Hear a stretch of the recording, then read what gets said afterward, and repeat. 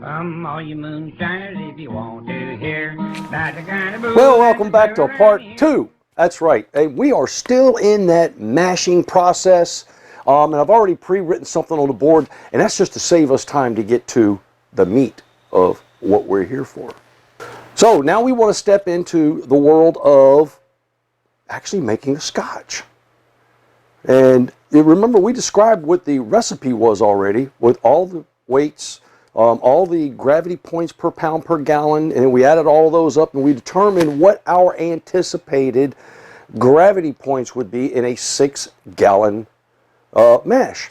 And you know, I always shoot for, you know it, 1.090, and our calculations tell us that we should achieve 89.5 gravity points, which should be 1.0895.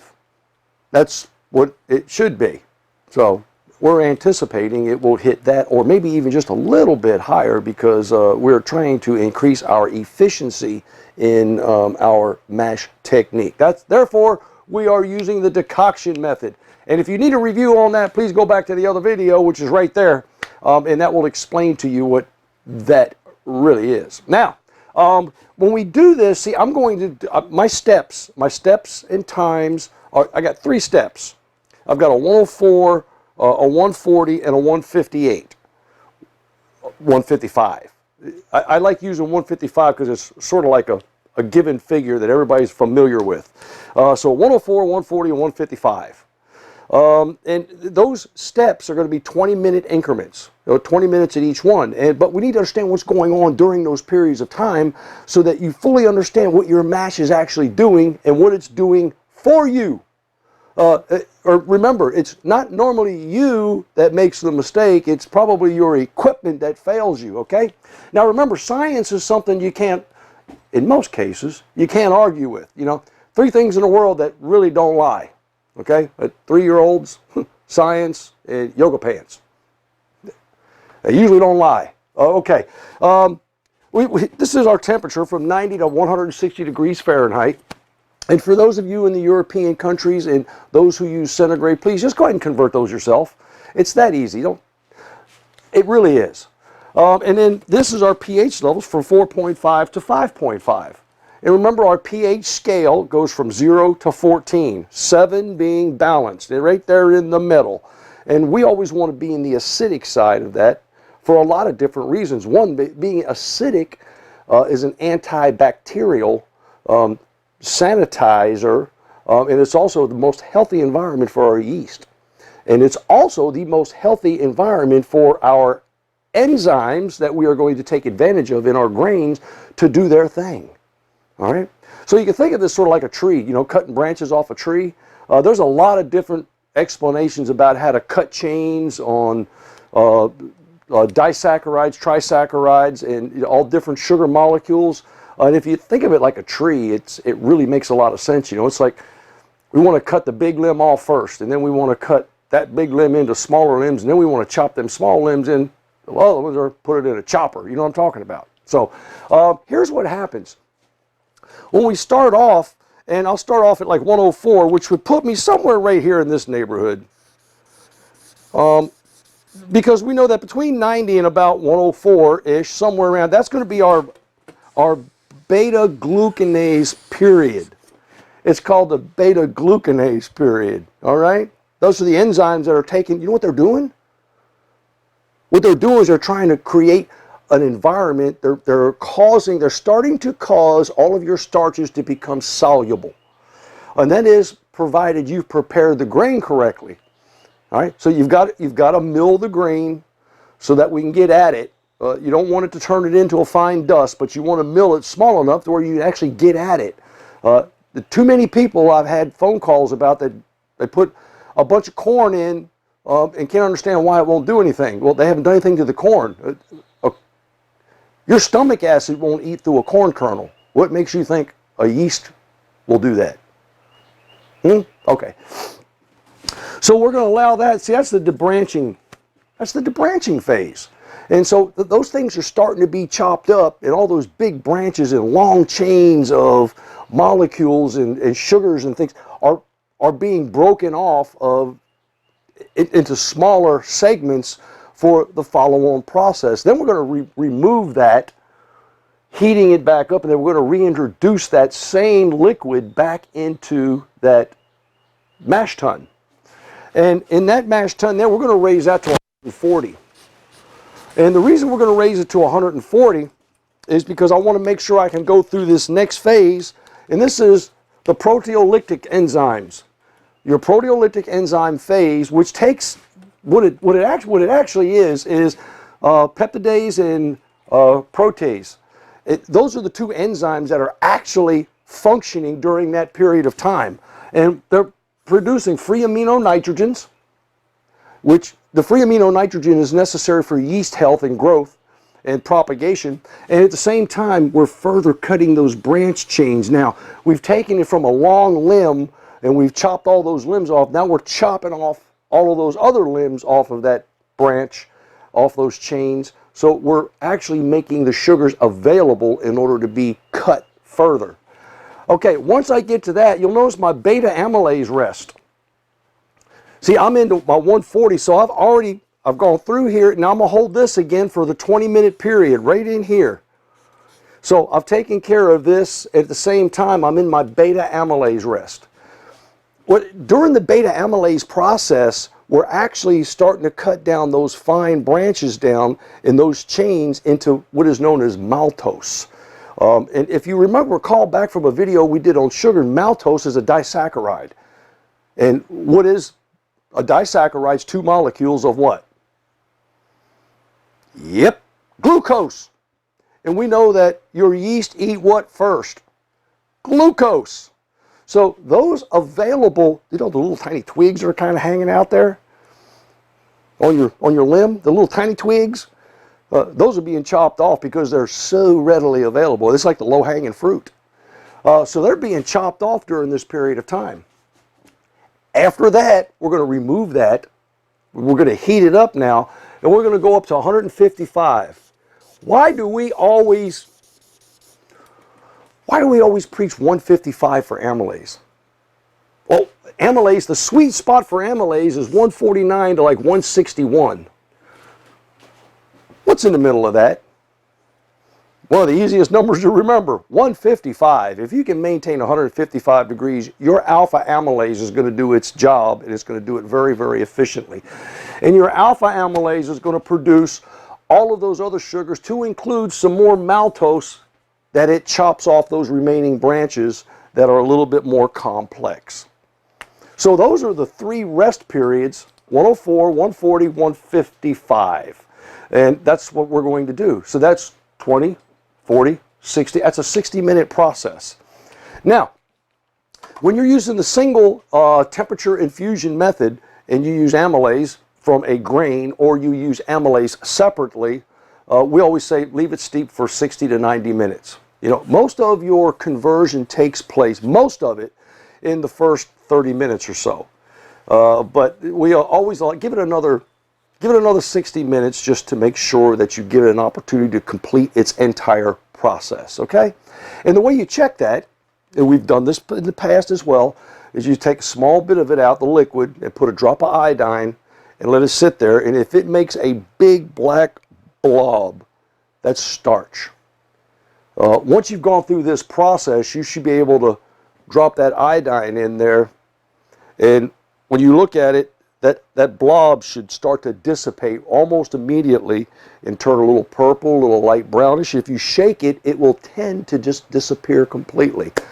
That means there is no starch left in your mash, which is a good thing, because that means all the starches that were in the mash at the beginning are now fermentable sugars. Does this make sense?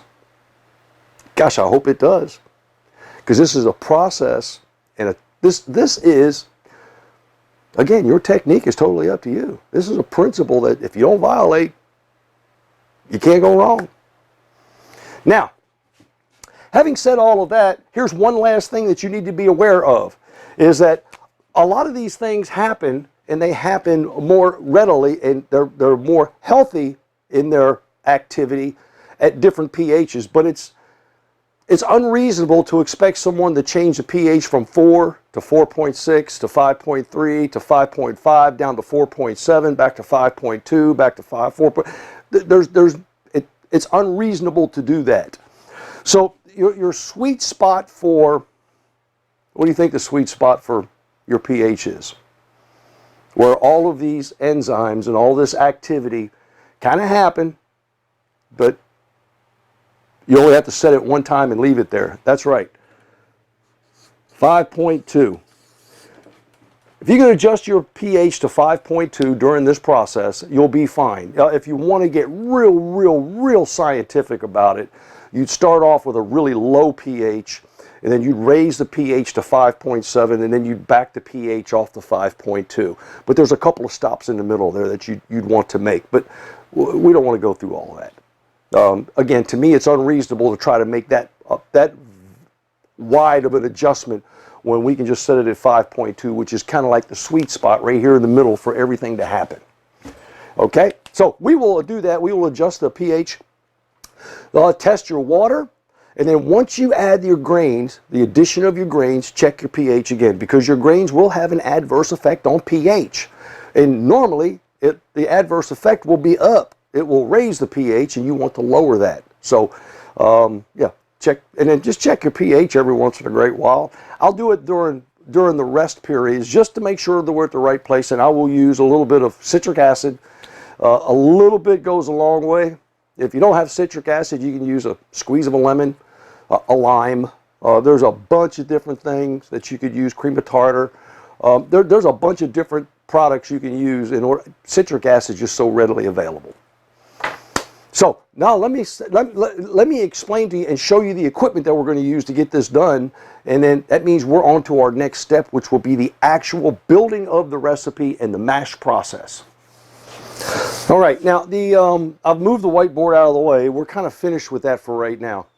And the two primary pieces of equipment that we're going to use is we're going to use a mash tun, which is nothing more than a BAC, a big ass cooler. And we're going to use a converted beer keg as a hot liquor tank. And for lack of better words, it's really just a good storage vessel for all that hot water and the stuff that we're going to pump out of that back into this to reheat, to reintroduce to that. Now let me show you how this works. This is the valve on top, and these are quick disconnects. So I'll quick disconnects for the hoses, and you'll notice that there's also one here in the back. And so with nothing, whoop, there we go. Yeah, just a simple off-on valve that's been fashioned into the back of that. Now, these are pretty stout valves. Yours don't have to be that large. This is actually a 1/2-inch NPT fitting for a water valve. And if we open this up, the first thing you'll see in here, look at the top, what we've got affixed to the top. We've got a series of, this is CPVC pipe. And this stuff will withstand up to about 180 degrees Fahrenheit, so you don't have to worry about it. And we're not going to get that high. But what I've got is I've got a series of holes that are drilled in this. And what that is for is so that we can pump water back into here, and it will come out of here, it will spray across the top of the grains and drain down to the bottom through the grains. All right? But what we'll do is we'll add our water at the appropriate temperature to begin with, close the valve on the back, and leave it set in here for 20 minutes. And then after a 20-minute period, we'll turn on the water, the pump, because you'll see I've got a pump that's going to pump from here to here and then back into here. That's what will happen. And then if you look on the inside of this, on the bottom, you'll see there is a duplicate. Yeah, that fell off because I got it unscrewed. There's a like set of CPVC pipe with holes in it. Now these set down and they suck up. That pump is going to draw that water that's gone through those grains back up through here and out this pipe, out the back of that, into the side of this hot liquor tank, which has a 5,500 watt element in it. Way too much element for a hot liquor tank, but I'm not going to change it. I'm just going to use, okay. So it's got a 5,500 watt element. And then at the very bottom, I've got another spout that comes out, and this goes right to the very center of this and comes across the bottom and comes out here. And then when I open this valve, you see I've already got a gallon of water sitting in here. This will pump right back out and go right back into the top of the cooler. And again, so that's my cycle. You follow that? So the cycle is rather simple. Out the bottom through the pump, and the pump will suck it out of here, pump it up through the top, down through the bottom. I'll have gravity work in my favor because this will be sitting up on the table and this will be sitting down on the floor, and I'll pump the water up through the cooler. It'll come out from the bottom of the cooler. It'll go back down. It'll go into this valve and back into the hot liquor tank, and then again sucked out of the bottom of the hot liquor tank and back up to the top again. Now, could I have done this any other way? Absolutely. This is just my technique for doing this. Okay? Now, what I will use is I'm going to use my rudimentary PID that I keep here for just such occasions. And I'm going to operate this in manual mode as a pulse width modulator. So I'm not going to use the PID function on this. And that's because I've got the 5500 watt element. This is a 20 amp PID rated box. So that 5500 watt element at 100% power is going to pull way too many amps. So I'll probably run this at 40% as a pulse width modulator, so that way I don't overload my circuit. And oh, by the way, I have better control over 8 gallons. That's what we're going to work with. We're going to work with 8 gallons of water to start with. Okay? So at the end, at the very end, when we're all finished with this and we've got the required amount of water that's gone through all of this and the rinsing and sparging process, that we've got 6 gallons left, and then we'll leave. No, we won't leave. We just won't be able to extract the remaining water because it'll be all soaked up in those grains and the husks and all that stuff. Okay? All right. The one last thing that I didn't tell you about, but what I will also do is I will add in the bottom here, I will have a screen that sets about this high and sets all the way around this. And what that is a standoff for the grain so that everything can drain through the bottom of the grain and it doesn't stop up any of these holes. But that's pretty much a common sense thing, because you know what's going to happen if you don't do that. Those thick grains are going to stop that up. Now, I got one more thing to show you, and then we're going to get at it hot and heavy. Yep, you've seen this before, but this is my heavy-duty grain mill.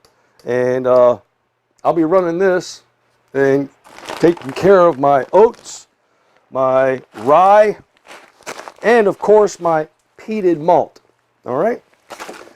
And that's all I've got to do. So what do you say you and I get at it?